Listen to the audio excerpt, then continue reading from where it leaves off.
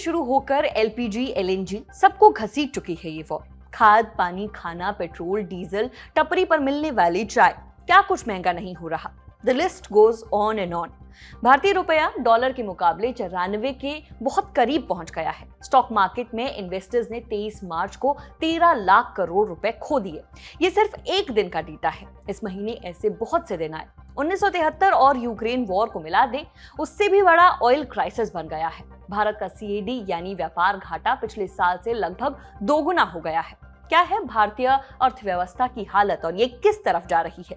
और ऐसे में जब सब गिर रहा होता है, सोना चमकता है।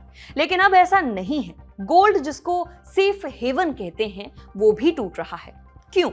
हमेशा वॉर जैसी स्थिति होती है या स्टॉक मार्केट टूटता है तो गोल्ड ऊपर ही क्यों जाता है? क्या है इसके पीछे का खेल? क्या सोने में इन्वेस्ट करने का समय आ रहा है? आज के एपिसोड में इस पर खुलकर बात करेंगे। हाय, मैं हूं नेहा धीमान और आप देख रहे हैं खर्चा पानी। Brought to you by Rajnikandha and Candid.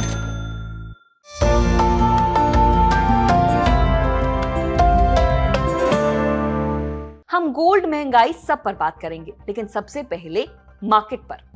आज यानी 23 मार्च को सेंसेक्स सुबह खुलते ही लगभग 1900 पॉइंट्स गिर गया। इन्वेस्टर्स ने करीब 13 लाख करोड़ रुपए खो दिए। आज 73,732 पर खुला और 72,696 पर बंद हुआ। सेंसेक्स की सारी कंपनीज 30 की 30 रेड थी। वहीं निफ्टी का हाल भी खराब है। आज 22,824 पर खुला और 22,512 पर बंद हुआ। निफ्टी 22,500 से भी नीचे चला गया था और ये खबर अब नई नहीं लगती, क्योंकि जब से अमेरिका, इजराइल, ईरान की जंग शुरू हुई है, तब से मार्केट्स खूब टूट रहे हैं।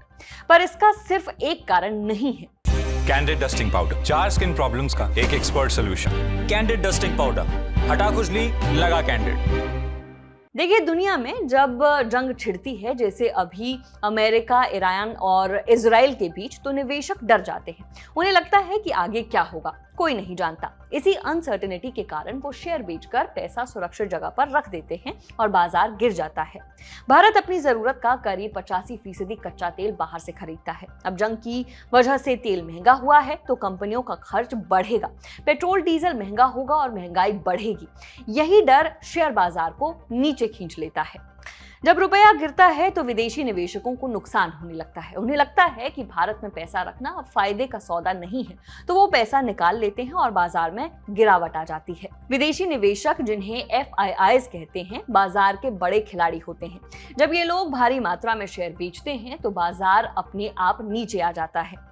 जब डर बढ़ता है तो लोग शेयर जैसे रिस्की चीजों से पैसा निकालकर बॉन्ड और डॉलर जैसी सुरक्षित जगहों पर लगा देते हैं। इससे शेयर बाजार में पैसा कम हो जाता है और दाम गिरने लगते हैं। मिडिल ईस्ट जंग के बीच जहां सारी चीजों के दाम बढ़ रहे हैं, वहीं सोने और चांदी के दामों में लगातार गिरावट आ रही है। इंडिया टुडे की रिपोर्ट के मुताबिक, जिन्होंने मल्टी कमोडिटी एक्सचेंज, जो कि एक बाजार है जहां सोना चांदी जैसी चीजों की खरीद बिक्री होती है, उनके हवाले से बताया कि गोल्ड फ्यूचर्स की कीमत में 1,30,891, जिसमें 9.41% की कमी आई है। वहीं सिल्वर फ्यूचर्स की कीमत में 2,03,615, जिसमें 10.21% की कमी आई है।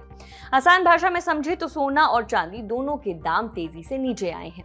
चांदी सोने से भी ज्यादा गिरी है, यानी बाजार में अभी बेचने का दबाव, मतलब सेलिंग प्रेशर ज्यादा है। सोना और चांदी के दामों में गिरावट के कारण को समझ लेते हैं। सोना और चांदी की कीमतों में गिरावट का सबसे बड़ा कारण ये है कि पिछले कुछ समय में इनके दाम बहुत तेजी से बढ़ गए थे। वेस्ट एशिया में तनाव बढ़ते ही निवेशकों ने इन्हें सेफ इन्वेस्टमेंट मानकर बड़े मात्रा में खरीदा, जिससे कीमतें काफी ऊंचाई पर पहुंच गई। अब जब दाम इतने ज्यादा हो गए तो निवेशक मुनाफा निकालने, यानी कि प्रॉफिट बुकिंग के लिए बेचने लगे, जिससे अचानक गिरावट आई। इसका असर आंकड़ों में भी दिखता है। सोना एक हफ्ते में 10% से ज्यादा गिर चुका है और लगातार कई दिनों से नीचे आ रहा है। दूसरा बड़ा कारण वर्ल्ड लेवल पर इंटरेस्ट रेट, मतलब ब्याज दर की स्थिति है।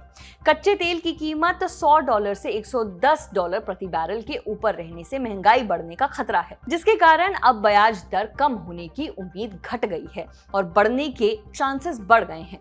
जब ब्याज दरें बढ़ती हैं तो इन्वेस्टर्स सोने की बजाय FD और बॉन्ड जैसे ऑप्शंस में पैसा लगाना पसंद करते हैं, क्योंकि उनमें डेफिनेट रिटर्न मिलता है, जबकि सोना कोई ब्याज नहीं देता। तीसरा कारण लिक्विडिटी, यानी नकदी की जरूरत है। हाल ही में शेयर बाजारों में गिरावट आई है, खासकर एशिया में, जिससे इन्वेस्टर्स को नुकसान हुआ। इस नुकसान की भरपाई के लिए वे सोना बेच रहे हैं। यही वजह है कि सेफ हेवन माने जाने वाला सोना भी गिर रहा है। चांदी, जो सोने से ज्यादा उतार चढ़ाव वाली मतलब वॉलेटाइल होती है, इसलिए उससे भी ज्यादा तेजी से गिर गई है।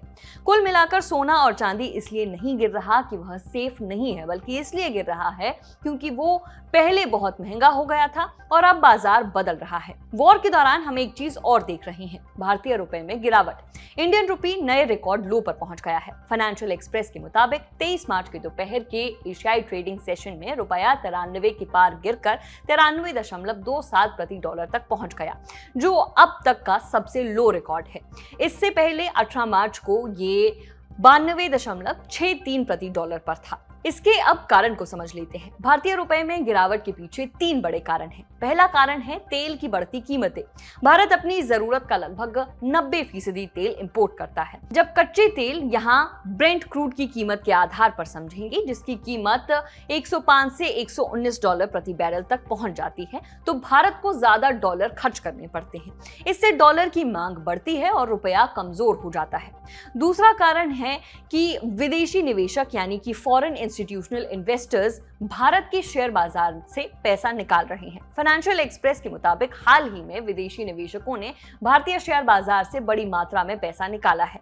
सिर्फ एक दिन में ही करीब 7,000 करोड़ से ज्यादा की बिक्री हुई। मार्च में कुल मिलाकर 80,000 करोड़ रुपए से ज्यादा की निकासी हो चुकी है। जब विदेशी निवेशक पैसा निकालते हैं तो वे रुपए को डॉलर में बदलते हैं, जिससे रुपए पर और दबाव पड़ता है। तीसरा कारण है डॉलर की मजबूती। अमेरिकी डॉलर इस समय काफी मजबूत है और सेफ हेवन माना जा रहा है।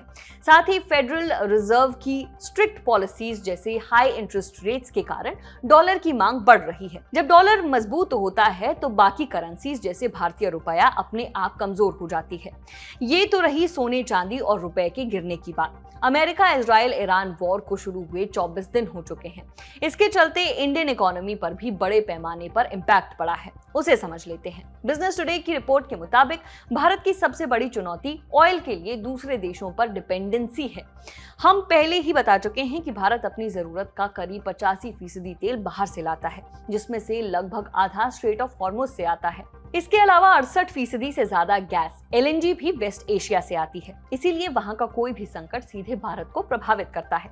हालांकि सरकार ने कहा है कि देश के पास करीब 25 दिन का तेल स्टॉक है और रूस से भी तेल खरीदा जा रहा है। लेकिन गैस और LPG की स्थिति चिंता बढ़ा रही है। जैसे घरेलू गैस सिलेंडर 60 रुपए महंगा हो चुका है। इसके साथ ही असर सिर्फ एनर्जी तक सीमित नहीं है, बल्कि एग्रीकल्चर और ट्रेड पर भी पड़ रहा है। भारत लगभग 30% फर्टिलाइजर इंपोर्ट करता है, जिसमें से करीब 40% वेस्ट एशिया से आता है। अगर सप्लाई प्रभावित होती है तो खरीफ फसल, जो देश के 55% एग्रीकल्चर प्रोडक्शन का हिस्सा है, उस पर भी असर पड़ सकता है।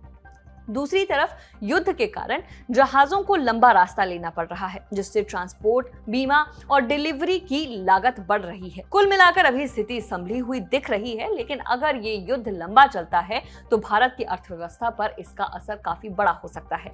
आज का खर्चा पानी यहीं तक। बाकी खबरों के लिए चलते हैं न्यूज रूम।